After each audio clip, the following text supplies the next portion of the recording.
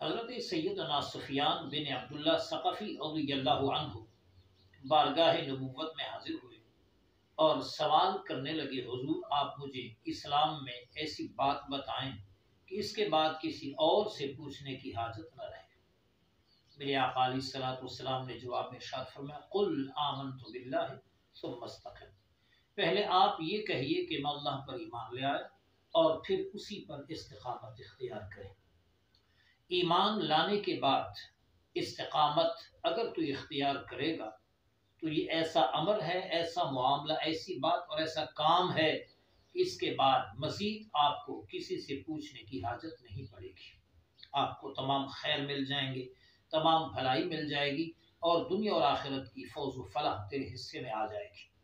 قرآن مجید میں بھی اللہ کریم نے اسی نقطے کو واضح فرمایا، ان الذین قالوا ربنا اللہ ثم استقاموا، وہ لوگ جنہوں نے کہہ دیا کہ ہمارا رب اللہ ہے اور پھر اسی پر قائم رہے، اسی پر استقامت اختیار کی اور اسی پر ڈٹے رہے، تتنزل علیہم الملائکہ، ان پر اللہ کی طرف سے فرشتے نازل ہوتے ہیں، اور فرشتے ویسے نازل نہیں ہوتے بلکہ ارشاد فرمایا کہ فرشتے نازل ہو کر کہتے ہیں اللہ تخافوا ولا تحزنوا، کہ اب تم خوف نہ کرو، تم حزن و ملال سے کام نہ لو، وابشروا بالجنہ، اور انہیں جنت کی بشارت دی جاتی ہے۔